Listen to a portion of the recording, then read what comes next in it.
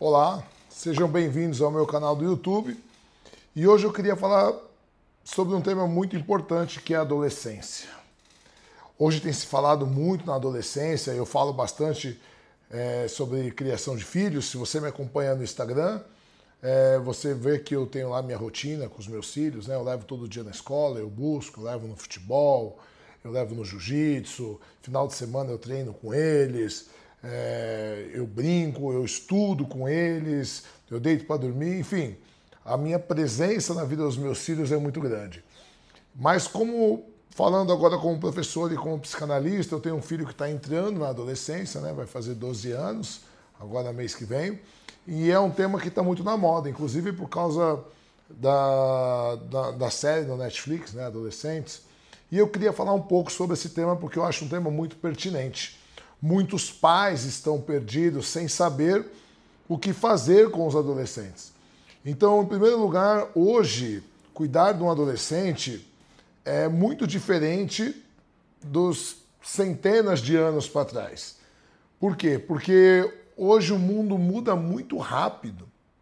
Tem um sociólogo polonês chamado Zygmunt Bauman, que ele dizia que até metade do século XX o mundo era sólido, né? Então as coisas demoravam muito para mudar. Então você entrava no emprego como estagiário, ficava a vida inteira no emprego, você conhecia a sua namorada com 12, 13 anos na escola, casado, ficava 30, 40, 50 anos casado, seus amigos eram os mesmos, até o teu carro era o mesmo. Hoje não, hoje tudo muda muito rápido. Então você cria um filho hoje, né, daqui 5 anos, se você tiver outro filho da mesma idade, não dá mais para você fazer igual do primeiro, porque o mundo mudou muito rápido. Então as coisas hoje, segundo Bauman, hoje o mundo é líquido, as relações são líquidas. E isso tem influenciado diretamente na vida dos adolescentes.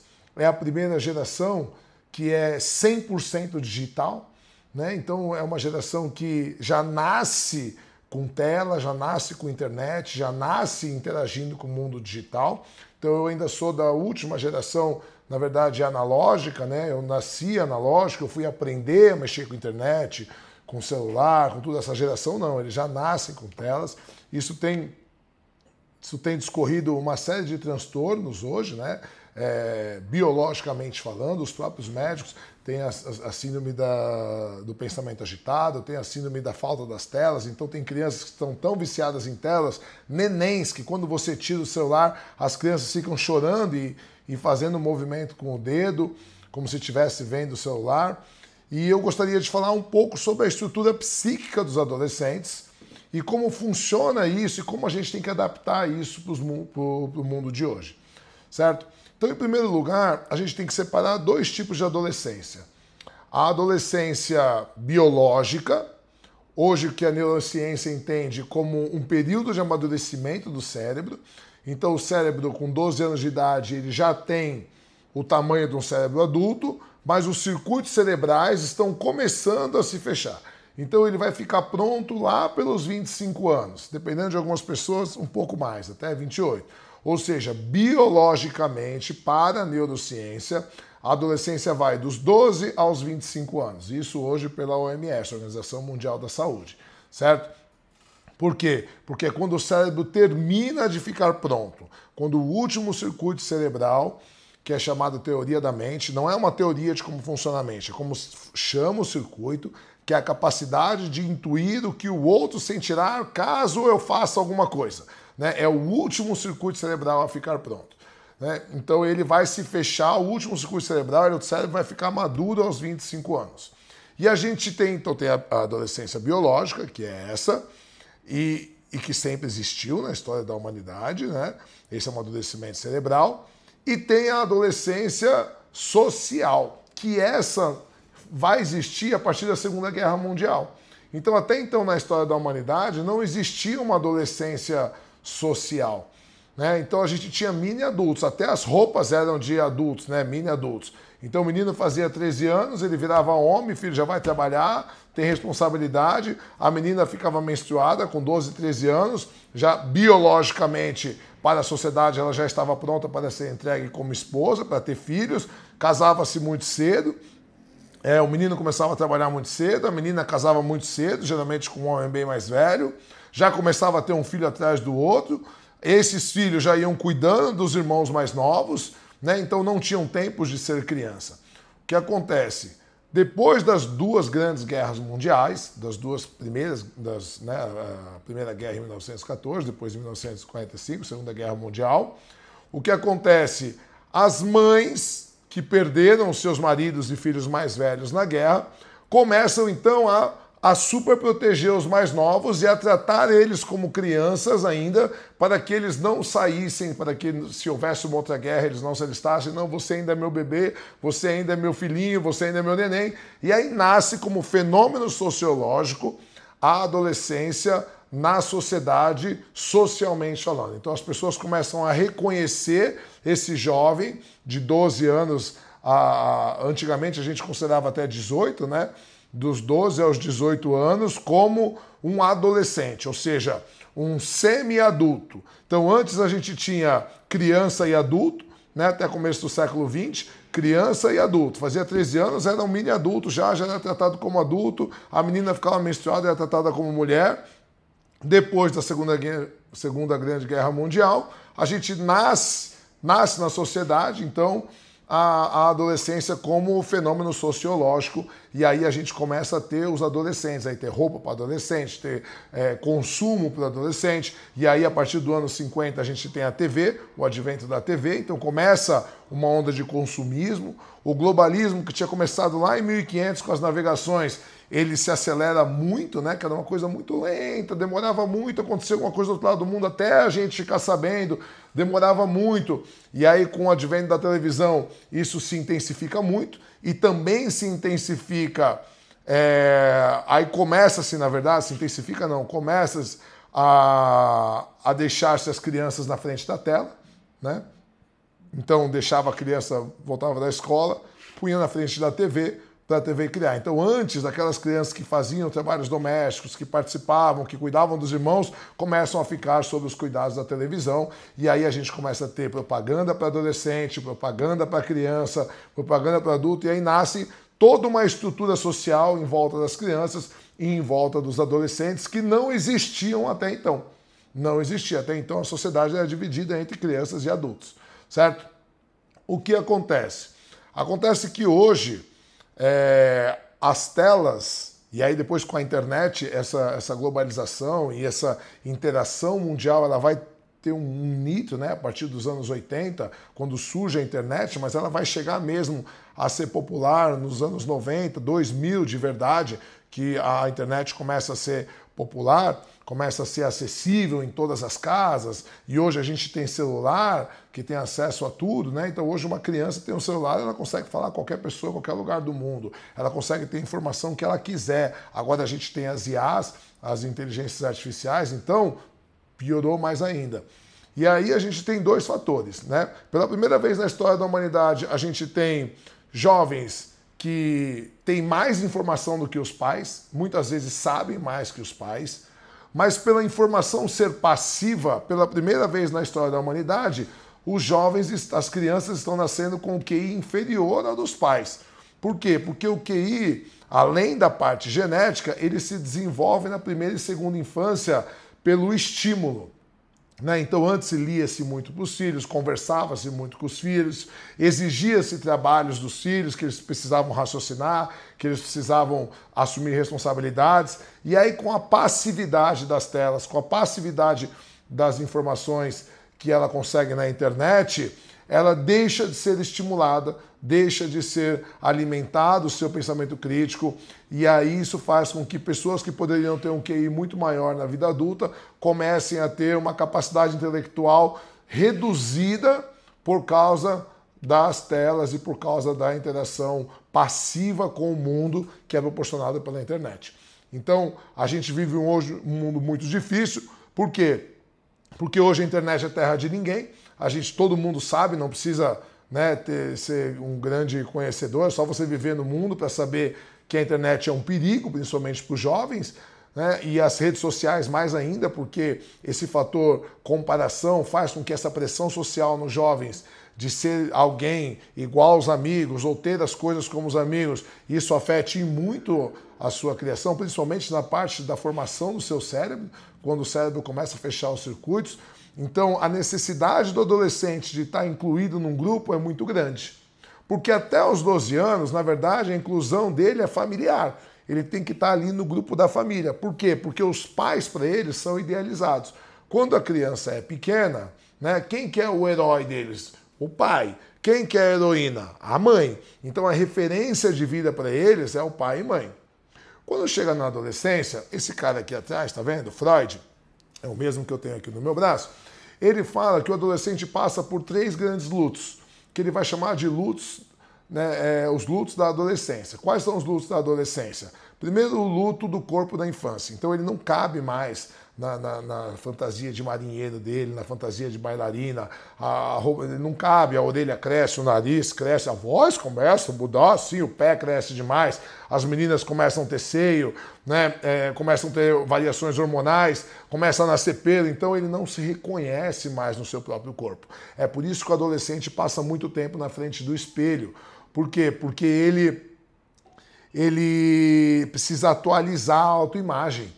Então, enquanto na infância ele cresce de 3 a 6 centímetros por ano, na adolescência ele cresce de 6 a 12. É o dobro da velocidade. Então, ele precisa atualizar a autoimagem. O segundo luto da infância é o luto das brincadeiras de infância. Por quê? Porque o adolescente é uma fase muito difícil. Muito difícil. Por quê? Porque a hora que ele quer ser adulto, tratam ele como criança, que ele quer ter responsabilidade, ele quer sair, ele quer resolver sozinho. Não, você ainda é muito jovem, você não pode fazer isso. A gente sabe que é melhor para você. E na hora que ele quer ser criança, que ele quer ficar brincando, que ele quer... Não, você já não é mais criança, você já tem 14, 15 anos, você precisa fazer isso, você precisa fazer aquilo. Então é uma idade muito difícil para o adolescente. Além do cérebro dele não estar pronto, ele não consegue entender o lugar dele na sociedade, porque nós mesmos adultos confundimos ele. Né? Então, quando ele quer ser criança, a gente trata como adulto. Quando ele quer ser adulto, a gente trata como criança. Certo? E o terceiro grande luto da adolescência são os pais da infância. Ele precisa matar os pais da infância, figurativamente. Por que ele precisa fazer isso? Porque o pai é idealizado na infância. O pai é o herói, é o mais forte do mundo, é o mais inteligente. Eu lembro que quando meu filho tinha 6 anos, a gente assistiu o filme dos Vingadores juntos, e ele chegou na mesa e falou assim: pai, você acha que você é mais forte que o Hulk? E eu falei: filho, papai, eu acho que sim, acho que o papai é. Ele falou: eu também acho, pai. Né? Então, assim, os pais da infância são idealizados, a mãe é a Mulher Maravilha, aquela é a mais perfeita, é a mais linda, é a mais tudo. Né? Então, quando chega na adolescência, o adolescente ele olha para o pai e ele percebe que o pai é só um cara comum, que erra como qualquer outro. Ele olha para a mãe e percebe que a mãe é uma mulher comum, que erra como qualquer outra.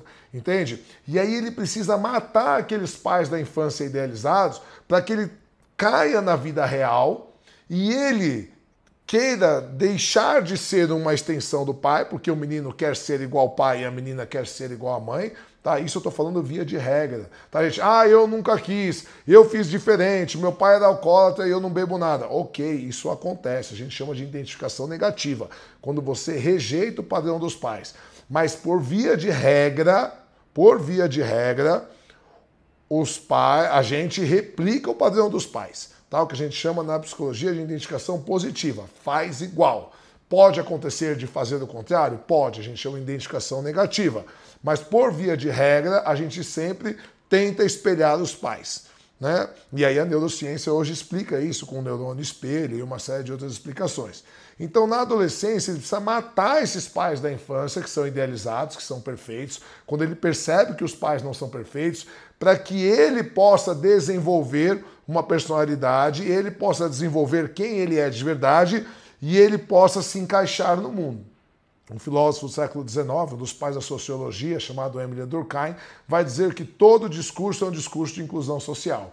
Então a adolescência é o período de maior necessidade de inclusão social. É quando ele quer fazer parte de grupos. E aí é muito triste para os pais, porque aquele pai que ele amava até pouco tempo atrás, aquela mãe que ele idolatrava até pouco tempo atrás, ele não quer mais saber. Ai, não, mãe. Ai, não, dá licença, mãe. Ai, pai, não, sei o quê. Ai, me deixa longe aqui, não me deixa na porta da escola. Ai, não quer saber dos pais. Por quê? Porque é normal nessa fase. Então não se sinta, ai, triste, nossa, meu filho não quer mais saber de mim. É normal nessa fase. certo? Só que a sua presença ali, tudo bem, filho, você não quer saber, mas o papai está aqui, a mamãe está aqui, para que ele possa sentir essa segurança emocional. Se você abrir mão, se você começar a reprimir isso nele, ele vai se sentir vazio e desamparado emocionalmente. Então já é uma fase muito difícil. Outra coisa que é importante entender, que como os circuitos cerebrais ainda não estão fechados, tem coisas que a gente acha que o adolescente entende e ele não entende. Então, por exemplo, eu conheci um rapaz, um senhor, que tinha um filho que na época tinha 14 anos, e ele falava assim: "Você é idiota! Você não vê que se você fizer isso, vai acontecer aquilo? Você não percebe que se fizer isso?" E eu falava para ele assim: não, ele não percebe, ele é biologicamente incapaz. Por que eu falo isso? Porque tem uma estrutura bem aqui assim, ó, no meio da sobrancelha, atrás, na testa, no lóbulo frontal, chamado órbito pré-frontal, certo? Ele fica bem aqui. E o órbito pré-frontal, ele começa a ficar pronto aos 18 anos. E o que o órbito pré-frontal faz? Ele mede as consequências dos seus atos, certo? Então, por isso que é muito interessante que a maioria dos países, a maioridade penal é 18 anos, quando pode dirigir 18 anos, pode ser preso 18 anos, porque com 18 anos que ele começa realmente a conseguir medir as consequências do que ele vai fazer. Pô, se eu sair com o carro na reserva, a grande chance de eu ficar sem gasolina, né? Se eu andar sozinho à noite numa rua com celular, com relógio, com carteira, grande chance de eu ser assaltado. Então ele começa a perceber, se eu correr demais, eu tenho chance de bater o carro, né? Se eu beber demasiado. Então, assim, o adolescente, ele é inconsequente. Por que ele é inconsequente? Porque o cérebro dele ainda não está pronto. Ele é incapaz, biologicamente, mesmo que talvez você fale com ele logicamente e ele consiga entender do raciocínio, ele não consegue assimilar de verdade. Por quê? Porque biologicamente ele ainda não é capaz de entender o que os atos dele decorrerão nas consequências de que a gente quer evitar, certo? Então é importante que você entenda isso. Lá para frente, quando já começa... Nem precisa terminar a adolescência, aos 22, 23 anos, o adolescente ele começa a voltar. Por isso que é muito importante a presença até os 12 anos. Primeira, segunda, infância e depois até a pré-adolescência. Porque se você for um pai ou uma mãe presente, se você estiver sempre ali com o seu filho, se você der segurança emocional para ele, se você abrir um canal de comunicação onde ele sabe que ele pode conversar com você, ele pode abrir os problemas dele sem ser reprimido, sem você gritar, sem você bater, sem você... Tá, e eu não estou falando aqui que é para deixar fazer o que quer, tá? As pessoas confundem muito educação permissiva com educação positiva. Educação positiva é uma coisa, educação permissiva é outra. Você perguntar para uma criança de 3 anos o que ela quer comer, não é educação positiva, é educação permissiva. Você está deixando a criança fazer o que ela quer. Mas o foco aqui agora não é criança, o foco é adolescente. Então, se você foi presente, se você foi ativo, né, uma presença positiva na primeira, segunda infância e na pré-adolescência, até ele chegar na adolescência, quando ele começa a fazer 22, 23 anos, ele passa aquela fase da revolta adolescente rebelde sem causa e ele começa a retornar para os pais. Ele começa a retornar o convívio, ele começa a entender que os pais têm razão, ele já está mais velho, né? Então ele mais velho, ele começa a entender que o mundo é assim, como os pais falavam, ele já não tem mais aquela visão infantilizada do mundo. Então é muito importante que a gente se faça presente e mesmo na adolescência que a gente continue ali. Estou aqui, se você precisar, eu estou aqui. E sempre mantendo uma supervisão, claro, porque enquanto ele é adolescente, enquanto ele ainda é responsabilidade sua. Então, bom, enfim, esse é o primeiro vídeo que eu estou falando sobre adolescentes. Vou fazer mais alguns outros vídeos para complementar. Então, se você ainda não me segue, clica aí no inscrever-se. Eu vou começar a estar produzindo bastante conteúdo agora aqui no YouTube. Então, clica no inscrever-se, clica no sininho aí para quando aparecer vídeos você poder estar sempre sendo notificado. E se você não me segue no Instagram, vai lá no Instagram, me segue também, @ChilenoGomes com Z, Chileno Gomes tudo junto, @ChilenoGomes_, certo? Espero você, até o próximo vídeo.